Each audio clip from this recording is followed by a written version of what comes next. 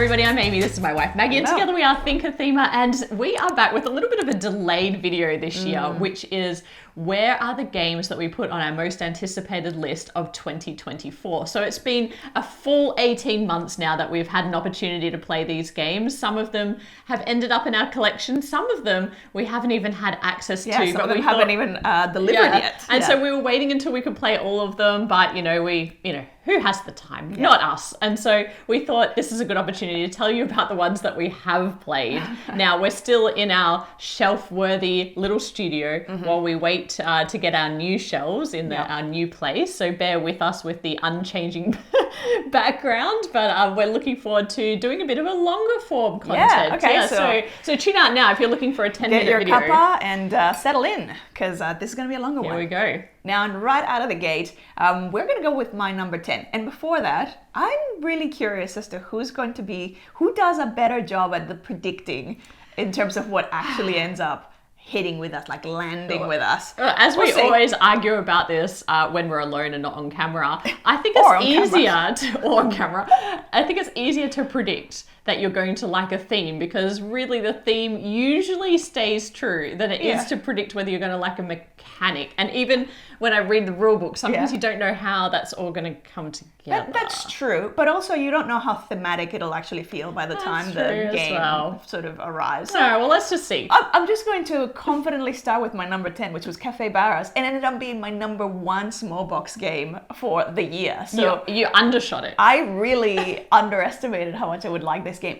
And I think it sort of spoke to, I was looking forward to it mostly because of the artwork and because I usually enjoy Roberta Taylor designs, but I didn't think it was gonna hit as much as it did. I just really enjoyed it. It was just so simple and yet so satisfying, and a little bit tighter than I thought it would be with the money and I was in love. So. I mean, serving hot drinks to capybaras then building out a little cafe is pretty cute. Ultimate cozy card game. Pretty cute. I liked the game. I thought actually it was a bit more brain burny than some of her other titles, and I also thought though that it ran a little bit long, and that's why you ended up mostly playing it solo. I'll be like, I'll hack a solo of this. Yeah. All right, so that was my number 10, Cafe Baras. My number 10 is pretty easy because we haven't yet had a chance to play it. It is Spectral. Now, Spectral is a deduction game where you're trying to puzzle out this dungeon and you're moving around, and it's got this Keyflower-esque auction kind of not auction, but you're kind of reserving these different doors in the dungeon. You're looking for good things and trying to avoid bad things. Anyway, the reason why I haven't played it is because it took a while to get to Australia, and then it's quite a small box and it's very expensive. And so every time I've gone to buy a new game, I've just been standing in our friendly local game store and just been like, I think it's like $50 or $60 Australian, and I just haven't been able to commit. But I should have, because that would have made this list much more interesting. And also it's deduction, which can kind of be a little bit hit and miss in our household. Maggie has a bit of a mixed relationship, I would say.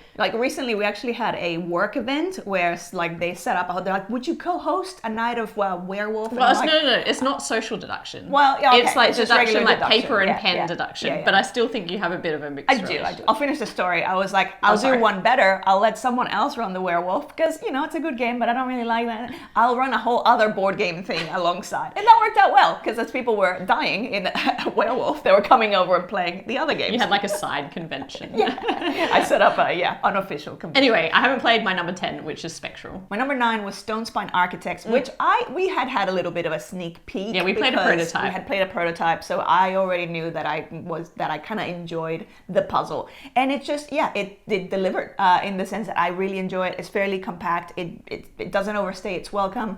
The puzzle itself is very satisfying as you're kind of creating your dungeon, and then all of a sudden having that market round where you're like, ooh, yeah, what upgrades, what do I need? And that whole classic giving up on your dreams as the dungeon comes to an end. You're like, I'm going to have to give up on 2 or 3 of these objectives that I had in mind. So just really good. Yeah, my favorite thing about that puzzle was opting out to get those end game scoring conditions and thinking about, okay, well, I really need to stop now and opt out of this round to grab that one. And I often felt like Maggie wasn't looking that far ahead. So I was like, well, so I didn't say I do well at this game, but I enjoy But my you're so time. focused on optimizing your puzzle. always love creating something. That sense of like you're seeing something kind of come alive. Yeah, no, I had fun with that one too, but it wasn't on my list. But yeah, I liked it. Now, my number 9 and Maggie's 8 were the same. So that was the game Fromage. Now, I'd seen this game on Kickstarter and, actually we got sent a review copy of this one and I was so delighted by it. In fact, when we spoke on the video, we talked about the mechanics of it and how clever it is that you put out different workers and depending on the direction they're facing, that dictates how long it takes before it comes back to you. It's a little wedge of cheese. A little wedge of cheese. But also it points back to you like, okay, time to come back. The board is a wheel of cheese and it has separate wedges and each one of those is a mini game. And I just thought the way that this came together from a production perspective and, from a gameplay perspective was beautiful and just so unlike anything else we'd played with that. You're playing your own mini game and then waiting for your workers to come back to you. It did feel a little bit like I was, it's a little bit multiplayer solitaire just because you're working on your own little puzzle. Love me. And it's probably a little bit light for my taste. I know that they're bringing out an expansion for it, so it'll be interesting to see what it adds. Yeah. But I really like this one. When it finally arrived and we were kind of learning it, I was like, I think this might be too simple and just like these sort of separate mini games. But I underestimated how satisfying those workers coming back, like that the what do you call it, the conveyor belt of those workers, that's super satisfying. So yeah, that one was a good hit. Now my number 8 and Maggie's number 7 was again another game that made it to both of our lists, and it was, I'm not even going to try and say it, Inventions Evolution of Ideas by Sorta. I just cannot say the name of this game. There's so many bloopers in our original video because it's just really hard to say with some of the words being plurals and some not. And I kept saying evolution of an idea. And then you were going to age of something. And I know. What's happening? Look, now, we always are very open-minded about Vital Lacerda games. Like, we love a heavy Euro and we really like if we can bring those mechanics and make them really thematic. And he's a bit, in my mind as a designer, a bit hit and miss on that. For us. It's like a particular type of brain that really connects with. Like, for me, it just ends up feeling a little bit more just complicated for, like, the flow never really feels thematic for me. I'm not going to say never, like, sometimes. In some titles. Yeah. And this one was not one of those. So Maggie and I have had an opportunity to play this and, we hesitated as to whether we were going to buy it for our collection or not. And after playing it, I don't think this one will make our collection. It kind of errs on the side of a bit too complex. The juice isn't worth the squeeze on this one, in my opinion. There is a lot of rules overhead, of course. We sat down at a con and I think we played it for like 5 or 6 hours. We did, and we actually had a great teach. We had a great guide all the way through. Yeah. And so it wasn't like one of those clunky experiences which you can have with complex games. And still, it was just like, nope. It's the game. We're not connected with the game. Yeah, like it was fine, but there's a little too many layers. It would never get to our table, and so we have to be realistic about these days. We don't have enough shelf space. Loved by many people though, so it's obviously a very personal preference. But for me, it just didn't make the rankings of my favorite Lacerda games. So which are On Mars and Lisboa for me. So just really for a bit of context. Now, while we're on a bit of this like low point in the list, my number 7 was a game called Restart. Now, I want to caveat this a lot because the game is still in development. But if you watch the channel, you'll know that we did a preview of Restart. And we had a bit of mixed feedback about the game. It actually, to me, it didn't feel completely resolved in its rule set. We experienced a lot of long downtime, which was quite painful at the larger player counts, but also it was a bit tricky working with the prototype. It was a very complex game that was made more complex by a work in progress rulebook. So it was just a very kind of challenging thing to get into for us. And as I mentioned, the flow of the game and so it's a big Euro, but it has a modular component where you're adding in different like little expansions kind of into the game. And the idea with Restart was that you're going back in time and then whatever you do is meant to influence the game after. Now, that idea and concept was really cool, which is why it was on my anticipated list, but it didn't kind of come through for us. And so actually the campaign was stopped and delayed so that they could go back and I think continue development work on the game. So it will probably pop up again, but at this stage, it didn't quite hit the way I wanted it to, but I'll be interested to try it again. My number 6 was the game Avant Carde, which I love this thought of having a very accessible deck builder. The artwork is really cool in it. as I was kind of playing it, I enjoyed it, but it didn't have that sort of addictive, that fun addictive kind of quality that I was hoping with, that you can kind of get with deck builders. I think this is weird because you were obsessed with it for a while. You were playing it a lot, wanting to play it a lot, playing it solo. Yeah. I think it got to a point where it's like all the different cards that you're obtaining, they have different powers or abilities that then obviously as they kind of come into your deck, you can get to sort of activate them in different ways. And it's almost like they added just a little, it just added a little bit not too much. It's just, for some reason, it kind of made me a little bit distracted at times.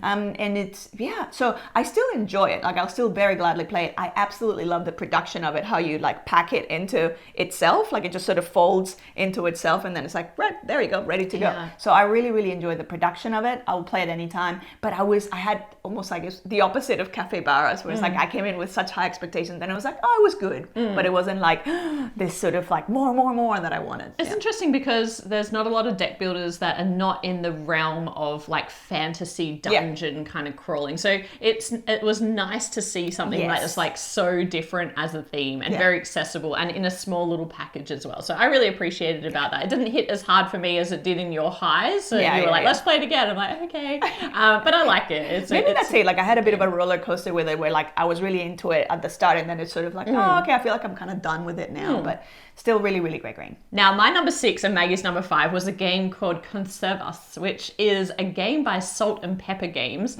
who have become one of my favorite publishing houses at the moment. I really love the amount of theme and experience they pack into these small boxes, like solo or 2-player games.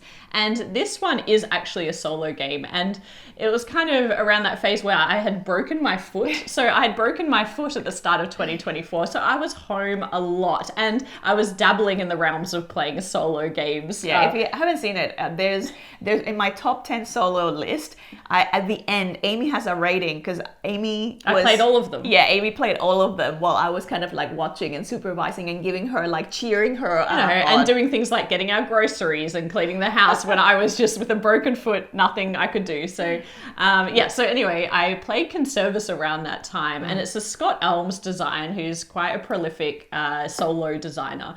And the theme couldn't be more spot on for me. Fishing, and I really like that it's both about conserving the ocean and about conserving fish in tins. Yeah, preserved fish. Because the word Conservas is like a preserved, Which I love also. I love sardines and anchovies and all of the cans. So I was like, delighted by this game. And what you're trying to do is not like overfish the ocean, and you're trying to like fulfill orders and you're trying to upgrade your boats and things. And it's really beautifully, like, it's a beautiful production. Yeah, it's a book with all these different kind of different scenarios essentially that you're trying to beat. I really enjoyed my time with it. The main thing with that one was there were some issues with the difficulty levels, which I think they kind of adjusted along the way. Originally we played the prototype and then obviously we had a final copy. But then I felt like once I finished, I think from memory it's like 12 scenarios, then I was like, I feel like, okay, I didn't really feel the need to go back and redo them. You can obviously go back and try and get better scores and things like that. But I kind of felt like, okay, like I've done, it was quite a number of hours. Like, it is, but it's quite repetitive. Like, there's not, between the scenarios, there's not a lot changing. Like, it gets much more difficult, but it's kind of the same puzzle over and over again, which is a great puzzle, but it has kind of a lifespan, I think. But anyway, that was a great title and really interested to see what they do next. So that is Conservas. Now, my number 5 was Euro with a lot of rondelles. It was Clandestine, which we actually covered in preview form. We did, yes. This was actually one that, even though it was on your list, I loved it. Like, I can't wait for the final copy of this, because again, we play the prototype, and I'll link to the videos where we sort of talk about it.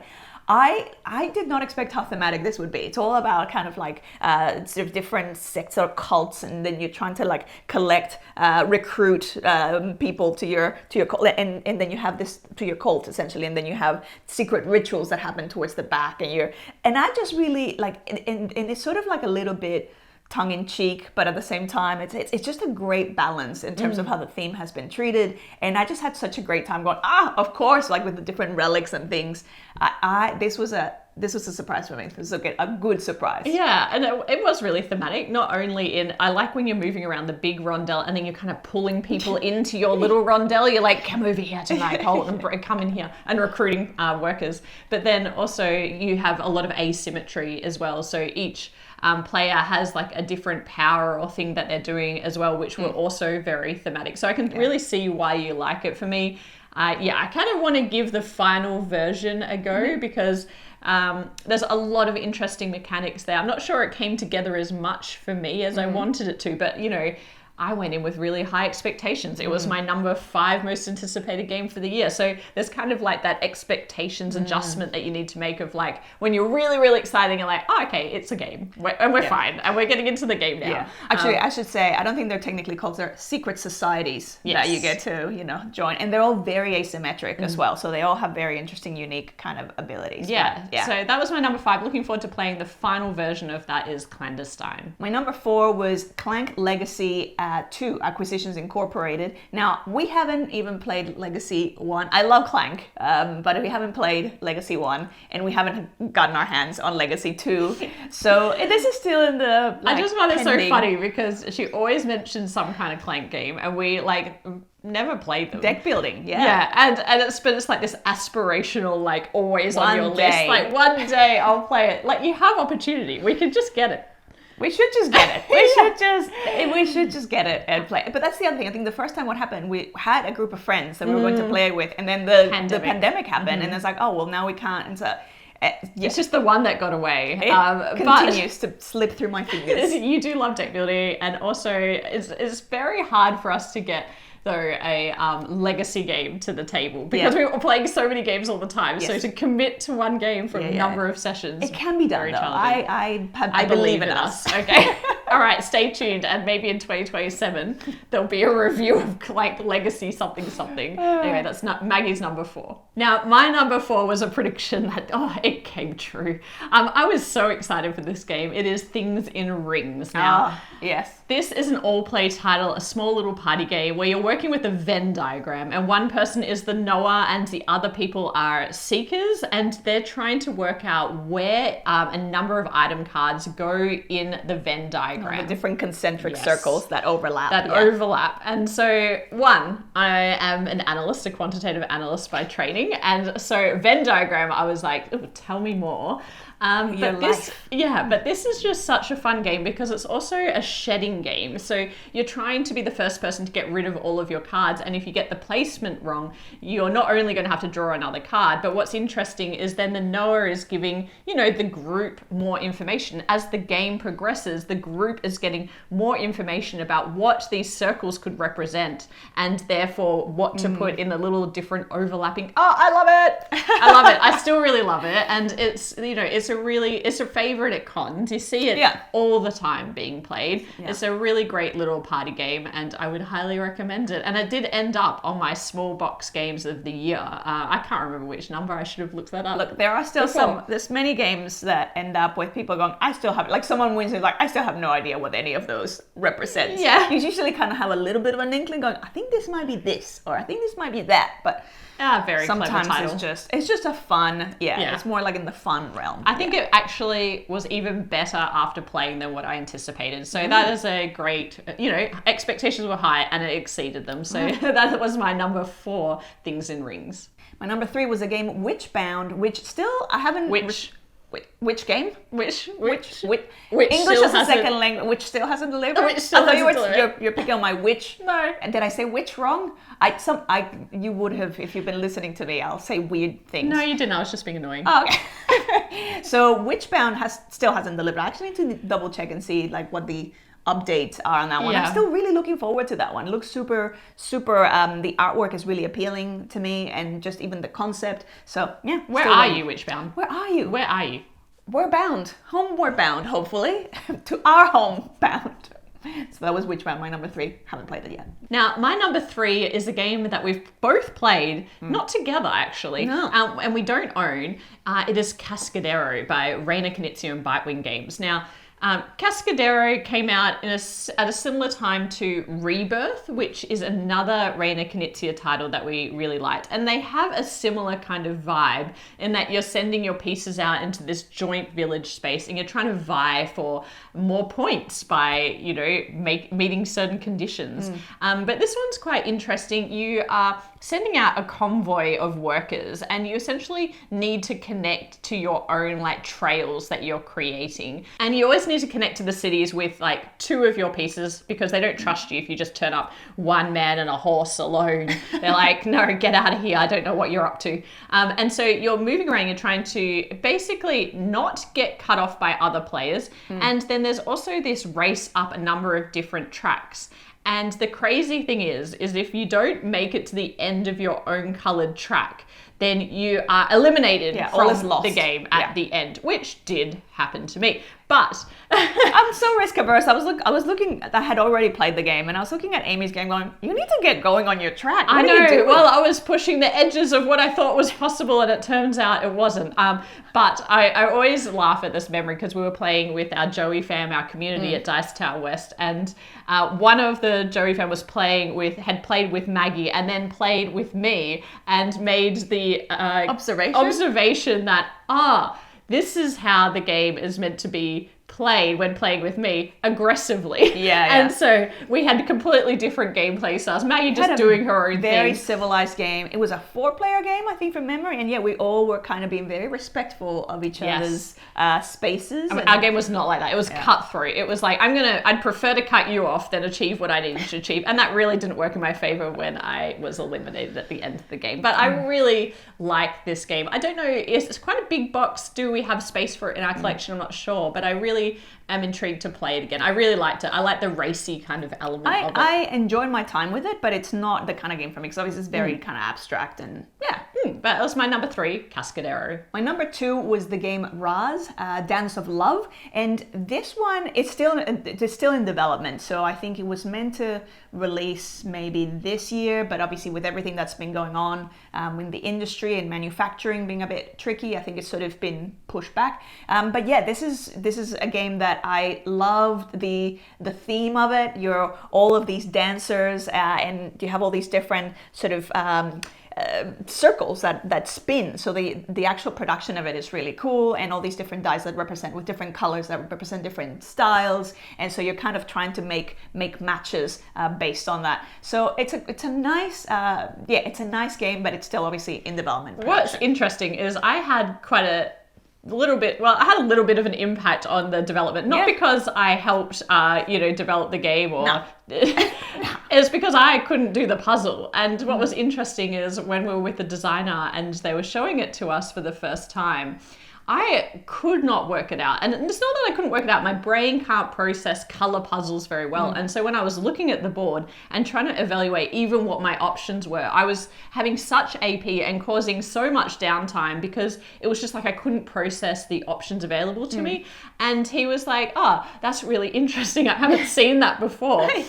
But, need to adjust for that for other players that are kind of have that same cognitive processing that I obviously do. If it's numbers, I can look at it and just be like, I can see exactly what I need to do. But the color thing, very challenging. And so in the new version of it, he has made some fixes for that, actually simplified that process. And playing it again, so much easier. I could actually take my turn. No one was getting angry at me. So, I appreciate that change, but I'll be interested to see how it comes together. It's got some really cool mechanisms in terms of the way that it represents the different couples dancing together, because it's got all of these moving parts that kind of turn together, which is very symbolic of the dance style. And as you're drafting, because obviously you're kind of activating the action that is sort of pointing towards you, so it's really, really clever in its mechanics.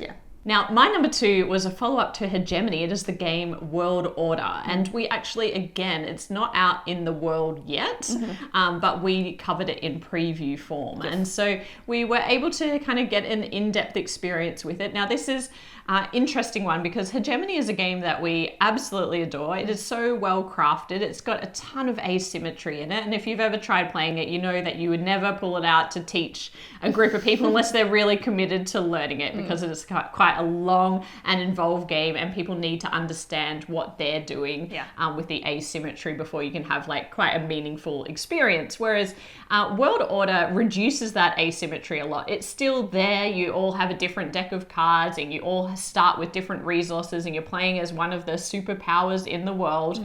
But then the game that you're playing is essentially the same game. So you're building your deck out by introducing new cards into your deck, and you're playing like kind of the area control style game. But it's not as rules intense to get into. Now, this game did actually make it to my top 10 games of last year. So I really enjoyed my time with it. It's a tricky game to still get to the table because it's not a light game. It's still very heavy, and the subject matter is pretty heavy too, especially with everything that's going on in the world right now. It's not the first game I would reach to play as these different superpowers. It's like, how do I escape all the news? I know. Let me. You're doing, military things and stuff, and that's generally, we tend to, not enjoy playing games with those kind of themes, but for what it is, they do a very good job of the educational piece in their game. So if you pick up the booklet that comes with it, there is so much there about international relations and why the asymmetry exists in the game. So it explains to you,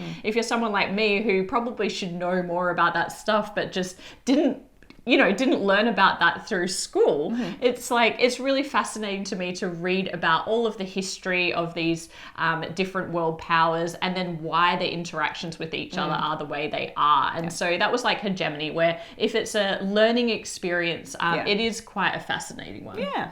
Now, my number one was the game Spiritfire, which still hasn't delivered, so I'm still very eagerly anticipating it, because it's kind of like, it sort of came at a time where I was like, wouldn't it be amazing if there was a game that had this and this and this, and then it was like the campaign It was like the next day, oh. and I saw it, and I was like, oh, what? This is Maggie's dream game that she just described. I sent her the link, and she's like, back it. Sort of like internal exploration of like, who are you? Why are you? And it's like, in the conflict, it's not combat based. It's sort of a different. So yeah, I'm still very intrigued. Obviously, still haven't played.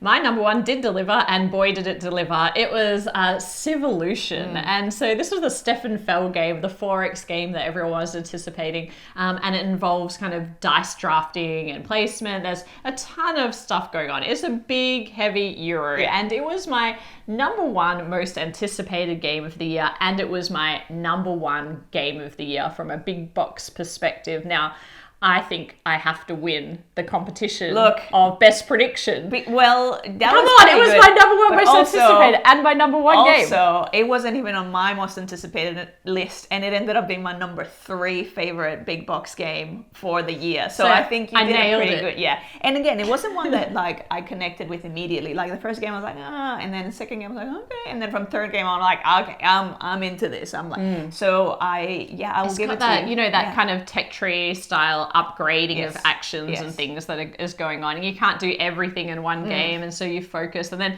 you're building out that weird layer by layer kind of tile thing that's going on, and it's just with the cards, the way that you stack them. Fascinating game, and it has remained in our collection. So it's definitely, we both enjoyed it, and it hasn't gone to the table very much since, but that's more because we're always playing new games. But it is one that I think is just such a great design that is worthy of being in the collection. So I do think that I win this round. Well done. I will give that to you. That's fair. But anyway, that was our Where Are They Now with our 2024 most anticipated titles. We are halfway through 2025, so we should be playing all of our most anticipated games of 2025, and we'll report back on that next year. But upcoming soon, probably the next long video that you can expect from us is our most anticipated games of Gen Con, of which there are a lot of great games. So if you like this video, please subscribe to the channel if you haven't already, and we'll be back with more board game content soon. But otherwise, bye for now. Bye.